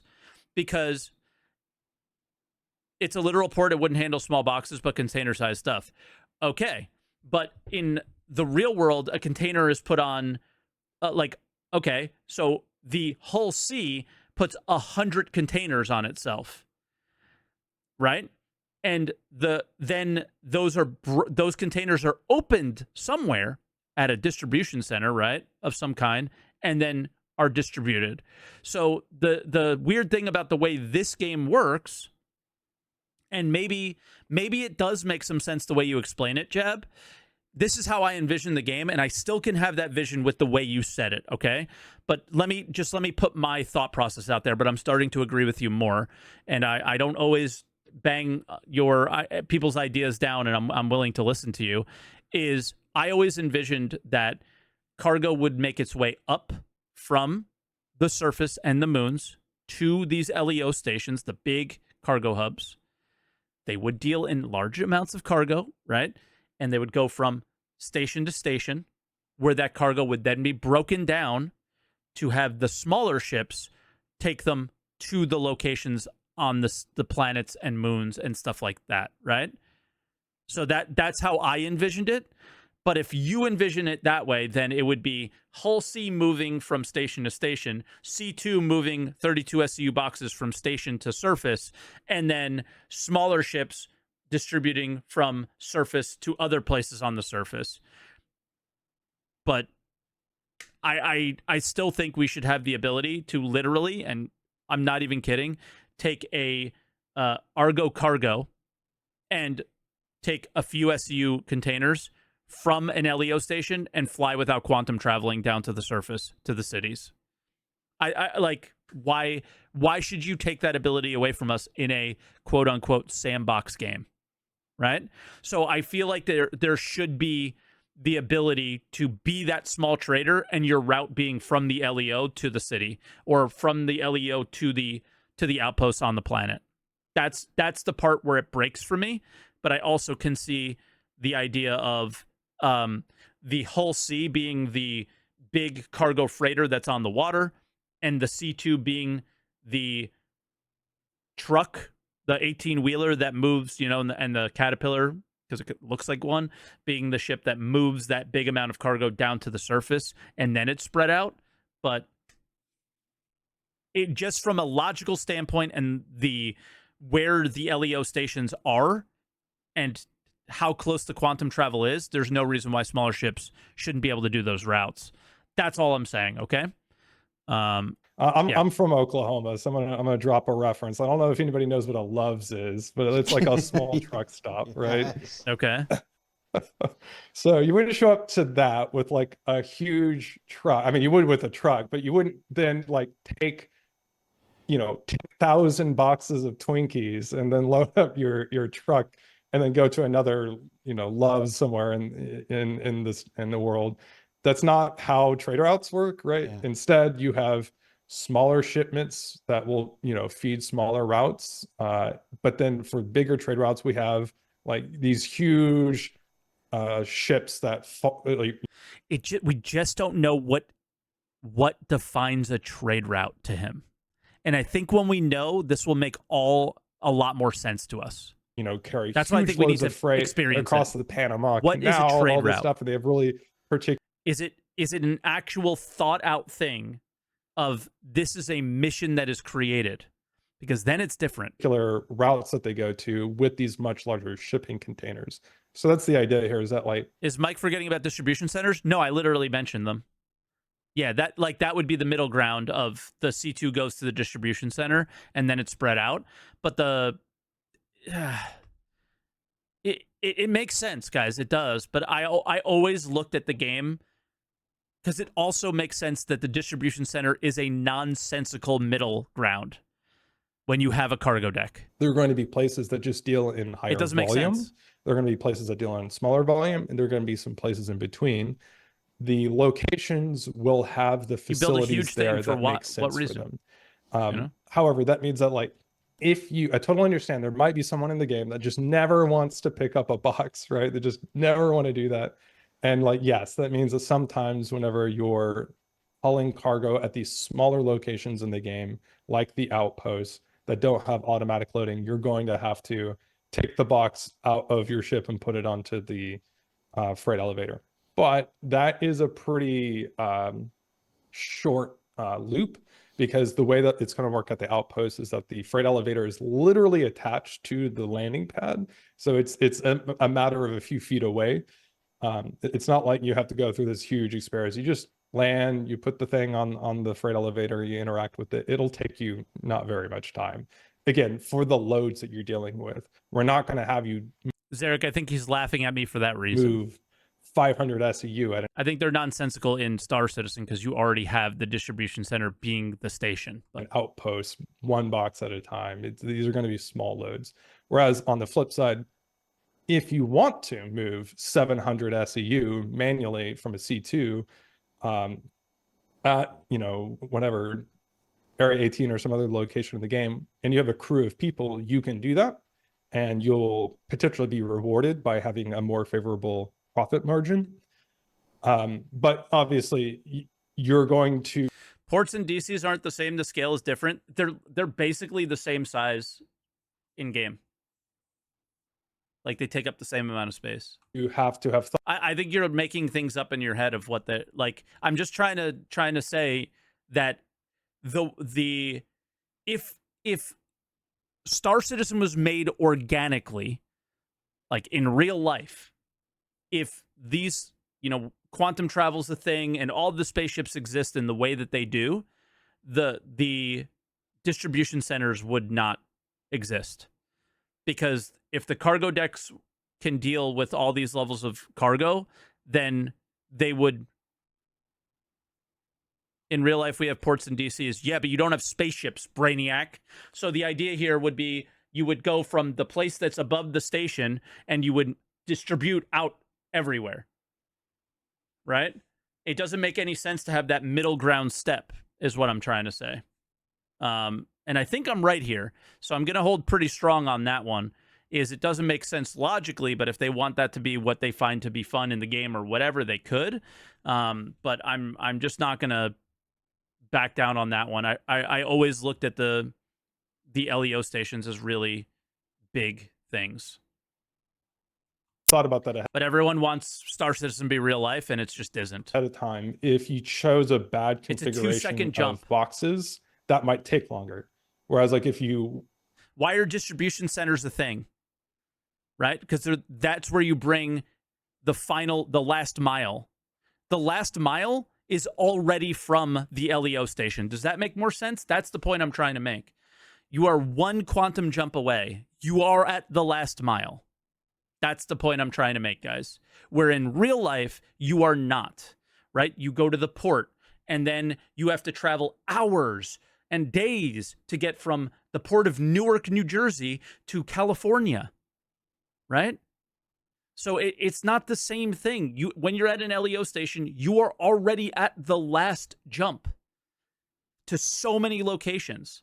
So that's the point I'm trying to make. That's all I'm trying to make. That's it. And that's where it doesn't make sense to me is, sure, a distribution center could break down the cargo and maybe they'll figure out a way to argue that. But my argument is you're already at the last jump. That's it. Okay? And yeah, the distribution centers have the factory part. So they might be bringing in different materials and taking different materials out. So the gameplay can still exist. I think Royal Witchy is really hammers it home there is a distribution center isn't really, I think it's another shitty Star Citizen naming system, and it's probably more like a factory instead. Bought your cargo at places that dealt in larger box sizes, you're going to give yourself an easier time. So we're basically giving the players more choices, but also parsing it out to where it makes sense about like why you would choose certain routes and what you're trying to get out of it. You said loves, and there was this one we used to go to of association with Hostess chocolate pudding filled pies at Loves. And I was thinking, I've never had one of there's probably a Buc-ee's out there that's big enough that would break the analogy. A Buc-ee's, yeah. There's probably one Buc-ee's out there that's big enough to break the analogy. For auto loading, now obviously the time for an auto load is something we can adjust, and it's something we absolutely certainly will Again, adjust. I think we need to play it. I'm sure whatever anyway it is in fun, 323 will not be what it is in subsequent patches. And in fact, I will point something out, which is a lot of people in the ISC, of course, dissected the video to death. And so one of the things that they did is they would pause the video when the different UIs were on the screen, and like really, delve into like the pricing, the times there. I will just say all of that was dev data. Like, don't take that seriously, because that's just the data that us as like developers working on the game are testing with. No, that is not I didn't do that. Data that the economy team has finished. Yeah. The only thing we wanted to see is if they actually put a differentiation between the sale price or the buy price and the cost for doing it automatically, and it was 100 credits or whatever. So we obviously knew it was placeholder, but we were happy to see that it was there, that there was a pay. So I don't want people to have certain expectations about timing or pricing, and then get to the game and realize it's different, and then be disappointed or surprised. Eric, I can't argue with you anymore because you don't understand the point those numbers that I'm making. I guess is what You're one quantum jump. Two things I always want to remind folks. Sorry for the detour. Obviously, there's the alpha live environment where things will change.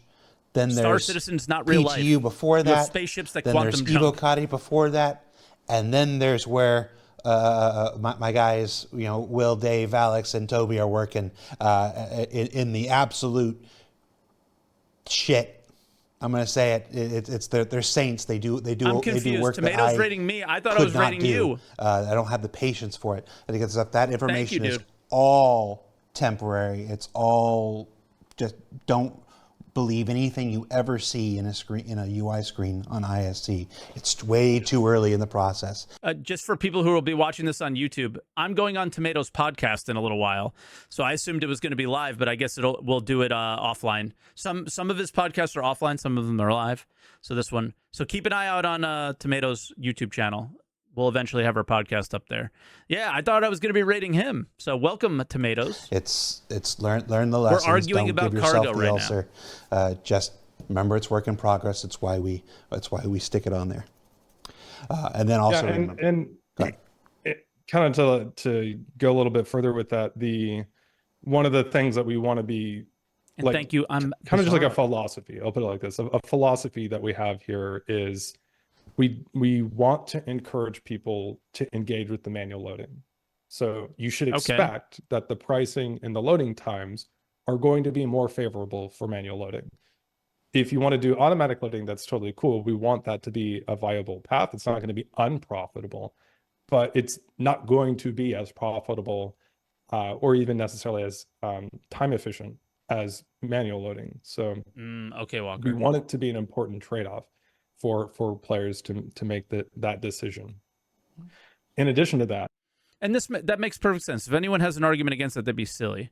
We want the pricing and the load time to be a little bit more intelligent. Like, it will take volume into account for sure. So like, more cargo is going to take longer and cost more. But the other thing is we want to encourage people to be making smart decisions. Like, you shouldn't show up to a place and think you can buy 700 1SEU boxes and the cost and time to load that is going to be the same as if you got whatever, the same amount, but in 32 SU boxes, it's much more efficient to move a larger box than a lot of smaller ones. So for that reason, the pricing and timing is going to be considerate of the number of boxes, not just the volume of the SCU.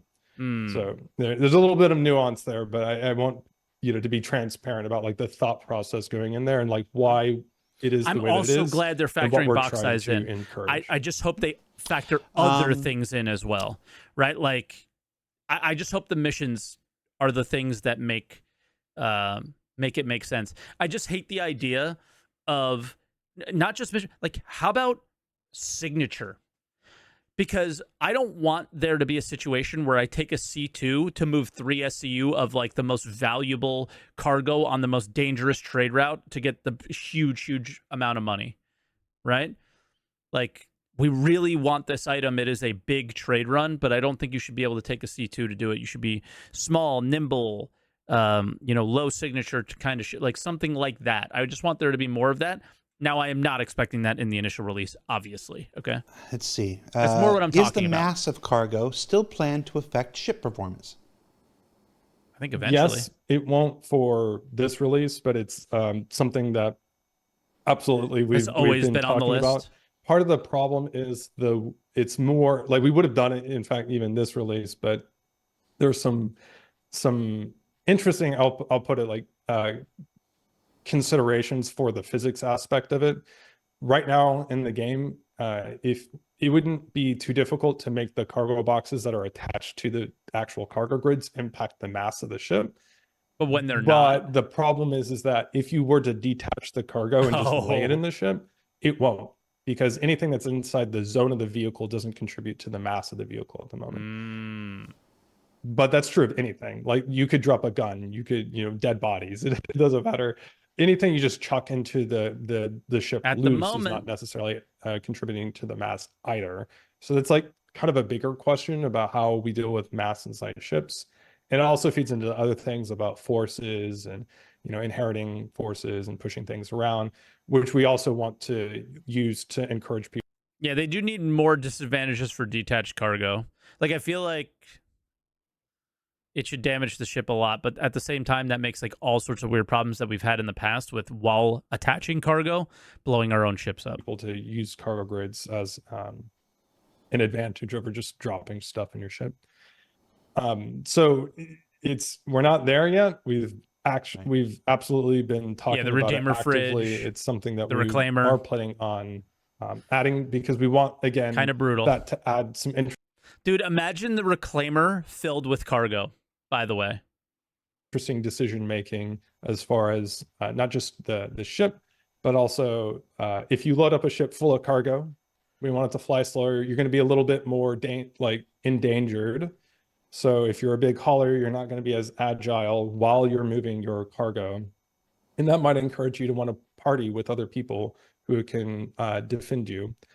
And then also on top of that, it can help you make considerations during the loading process. You may want to spread the cargo around in your ship, which will take longer, but it'll make it maybe fly better. So it'll give you some interesting decision making during the loading itself. But yeah, not for this release. Speaking of cargo grids, when we did our two-part design brief cargo career 20 November years ago, last year, I think, you mentioned that eventually we'll be able to attach almost anything to a cargo grid. Oh, yeah. How's progress on that going? That was in an Evo patch, by the way. So before we could talk about Evo, that was literally in an Evo patch where we were attaching backpacks and guns and everything to the cargo grid, to other things. It existed, and then they just took it out. It's coming, but it's not as far along as I was hoping.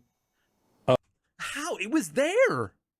I'm so confused by this one because it was literally there.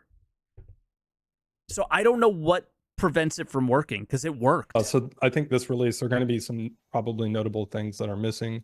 I don't want to say just yet exactly what, but certainly vehicles are not going to be able to be attached to cargo grids. Yeah, maybe. Release that one I will speak confidently on. I can't remember. And that's just more of considerations as far as if the entities themselves are really ready to be attached to things dynamically like that for physical reasons, or if they're ready to be just spawned in the world independently like that. So, for example, ship items, a lot of them are not really designed to just be sat there in the world. They have, like, if you look at them, some of the geometry on them isn't even like complete. So it's that kind of stuff where we're not quite there yet, and there might be some other gameplay aspects with that, with more testing, that we find that whenever they're attached, they cause problems that need to be sorted out, and we might have to pull back on what ends up being literally attachable to the cargo grid. That doesn't mean that they may not be able to be called up on the freight elevator, because we can still place things Thanks, loose Eric. on the freight elevator, but not literally attached to the grid in those situations if we were to need to. But as far as like attaching them to the cargo grid, for example, on the ship, and then flying around with them like on the exterior of the hull C, like in the ISC that we showed, we still have that ambition. It will be probably, I think, a progress, kind of work over time as far as like expanding everything that will be attached. It's still the governing principle, which is if it's in game, I want it to attach to a cargo grid reasonably. Okay. So not a thing that probably But not corpses. I know I made that joke actually. That I would say is an unreasonable thing, even though I mentioned it as an example. You won't be able to attach a corpse to a cargo grid. Sorry. That's so sad.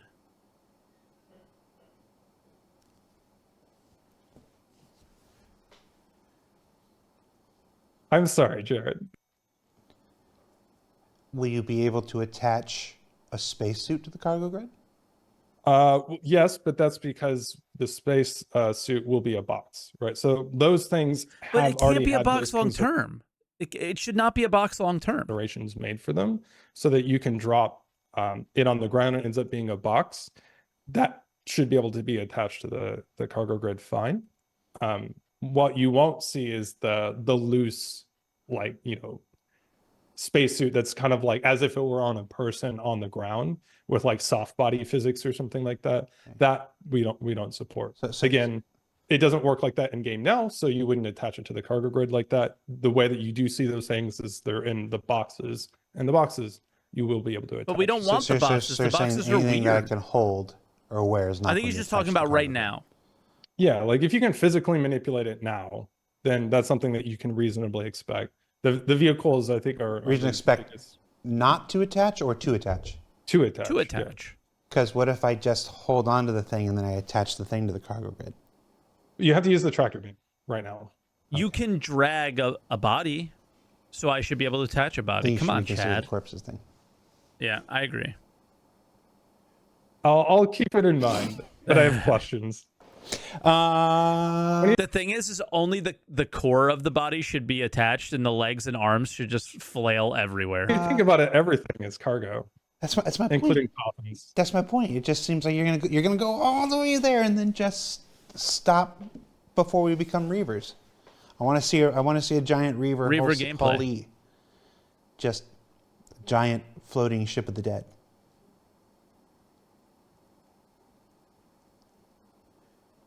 You switch to his face. I can't. We're just staring at my face for us.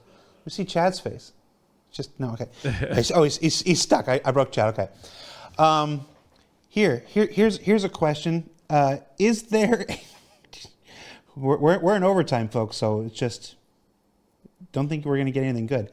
Is there any future at all whatsoever for cargo decks beyond just buying tractor beams and empty containers? Great question. I think cargo decks are an interesting thing in the game that were, I would say, designed at a time that we didn't really fully understand the full scope of the game that we were going to have, and how exactly we wanted the cargo loop as a whole to like come together. I do think they still serve an important role at the moment, but there is work there to figure out like what is the best thing for them overall. So I don't want to give a definitive answer on anything like that. I will just say that like we're totally aware that they're kind of in an awkward place maybe, at the moment as far as like what role they're serving and what we Okay. So I think he means just the cargo deck location that you go to in the thing, like the elevator. And that's cool. It's fine, I think, to not really. I mean, it's never fine to not have a plan at all. This is insane. But the idea of maybe I meant more what I was arguing about earlier and the LEO stations and the fact that like cargo decks don't just have an interior, they also have an exterior of the station. And I really should have made that clear in my question. This was my question, just to be clear. And I should have made that very, very clear because I didn't just mean the inside. Like, I meant, why are there no landing pads at the cargo deck that I can go access it from the exterior of the station? Why are there no, the loading areas being just a hollow box, right? Like, that's kind of more what I'm talking about. The inside the location, I think they were very clear at CitizenCon, kind of what the cargo deck might have. Like, for example, the cargo companies that have been kind of sneak peeked here and there at CitizenCon and beyond. That's more what I meant. So I fucked up the question, and I apologize for them in the future. But we do want them to be more integrated. No. Cargo decks are about 15 pounds of useless stuffed in a 5-pound sack, Chad. It's true. They're so stupid. I can't see his face if you don't switch back to him. Okay, I'm at a point where I can no longer pause, or I'm going to be late for Tomatoes I'm just saying, podcast. they could use a pass.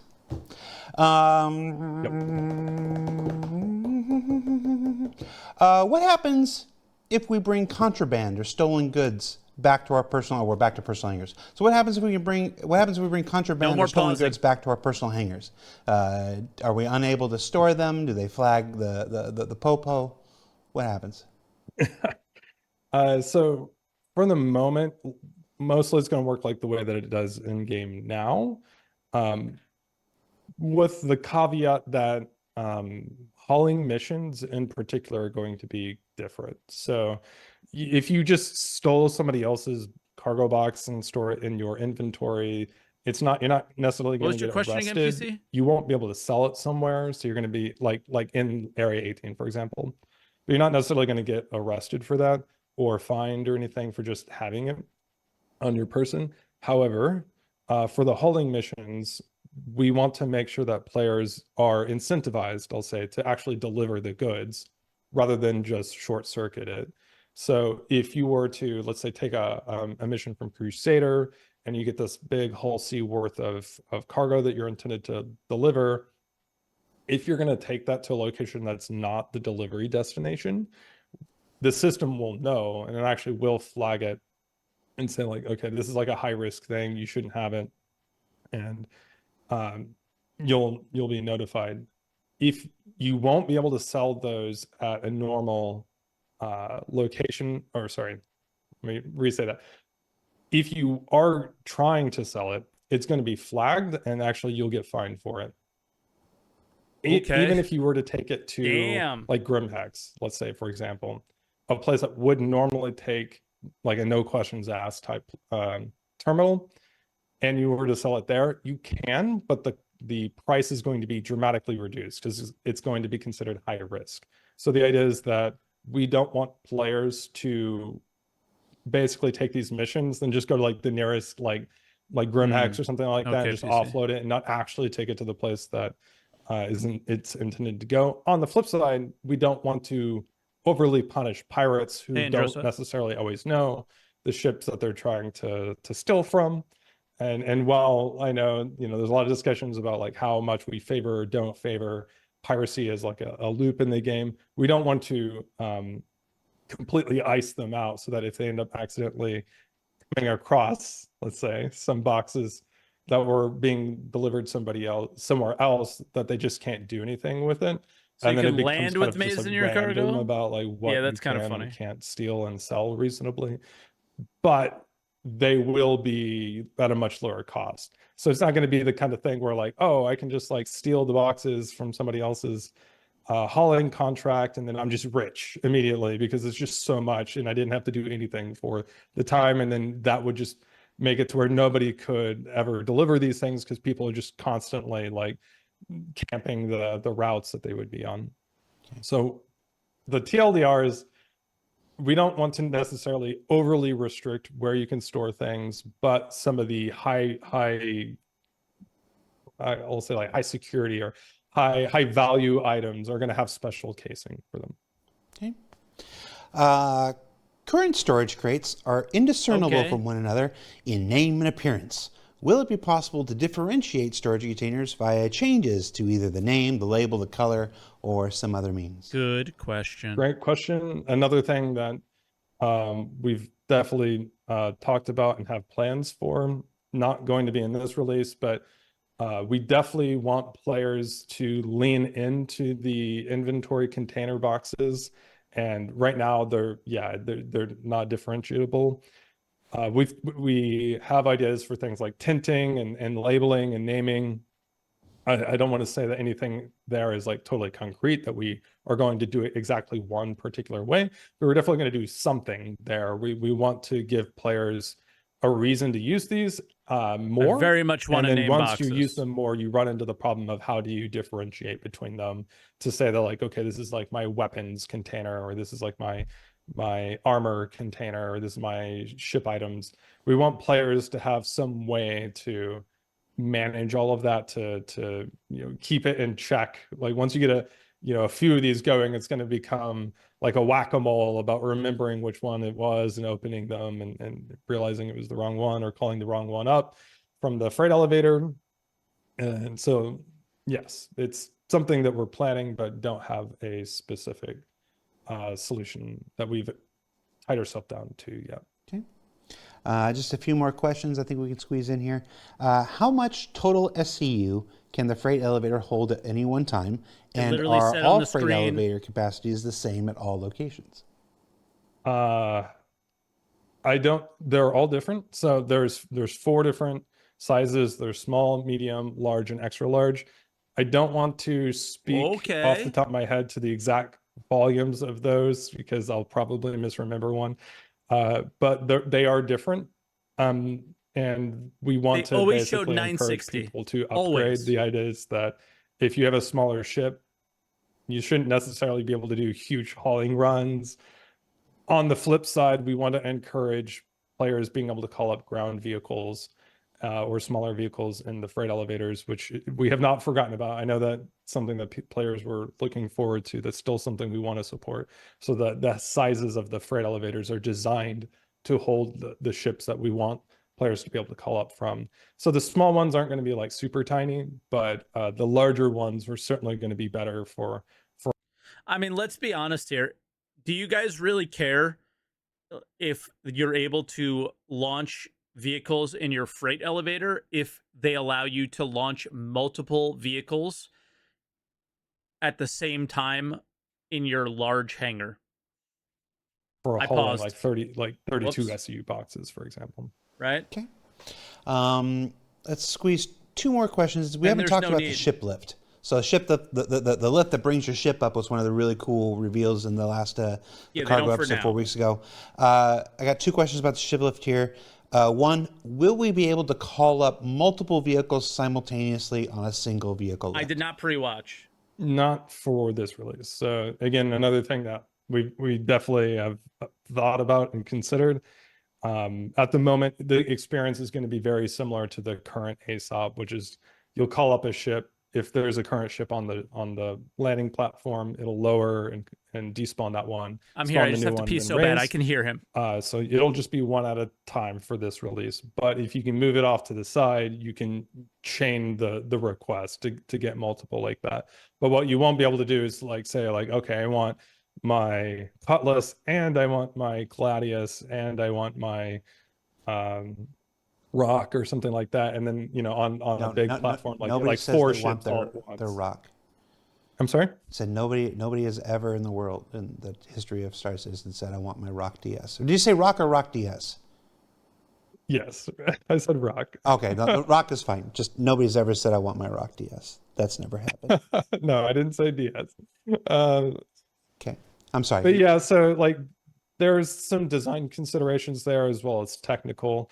I was about to say, How do they lots of come people like up? The How do you Rock. pick multiple at the same time? How do you say if there's 3 ships on the platform and you only want to swap one of them out? Like all of that stuff just adds like a lot of complexity to the system that we just didn't want to mess with now. We want to keep it simple and get it working. There's a lot that's already changing in the ship spawning flow right now. Adding this in the middle of all of that was just a step too far. So we are trying to keep this step and an iterative step as far as making the changes to spawning via this ship platform. But we will revisit this. It is something we want again to encourage people to upgrade to the larger hangars. So and we want that to not just be useful for big ships, but also multiple and also multi-crewing and all of that. I'm sorry, chat. It's not that I don't like the Rock DS. It's that Nobody I hate does. Yeah, nobody It's does. okay. It doesn't like you either. We're allowed to like some things and not like other things. People think you just have to. I got feelings. I got opinions. It knows what it did. It doesn't do nothing. Sorry. Got more cargo. Is there any other location? Oh, sorry. Last ship lift question. Is there any other location besides the personal hangars where the ship lifts are being used to deliver vehicles to you? Not at the moment. No. Okay. I'm sure I'm gonna get a message about. Jared, you can't talk about the Rock DS. We might sell 2 in the next 3 years. You're gonna. Sorry. All right. Last question.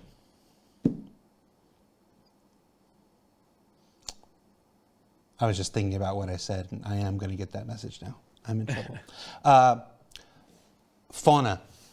323 has the addition of the Copian and the Merrick bird. Hypothetically, don't you dare say not in this release.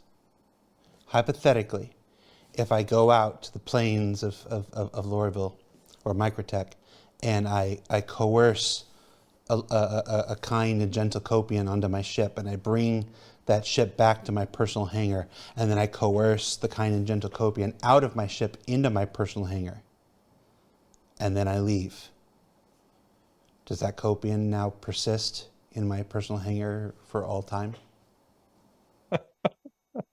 Oh man. So it's going to work. The way to think about what will persist in the hangars is just to think about what will persist in the ships, because it's identical. And I think people have probably seen the video of like people spending like a month collecting NPCs in the game and in their ship. So for now, for sure, if it persists in the vehicle, it's going to persist in the hangar. In this case, yes, I believe that the Copion would persist. I haven't personally tested that, but I'm pretty sure it would persist. And in fact, we already have bugs right now about people being attacked in the station by like the Copions and stuff that are like kind of, we'll say, encouraged into the station by some other players. So like if you're able to get one all the way into your hangar, then like, okay, you're going to get rewarded. Maybe that's your own security mechanism. We solved it. I just, I was so excited for this, for the fauna stuff, and I see the backer. So many people are like, can we kill it? Can't we hunt and murder it? And I'm just like, we need pets. I mean, there you go, pets. We did it. Be kind and gentle. Bring them home and let them sit on the couch and stuff, and keep them from falling. Be careful. Be sure they don't fall down the vehicle. 5 minutes of this chat at the end of it. Stuff. So I'm just.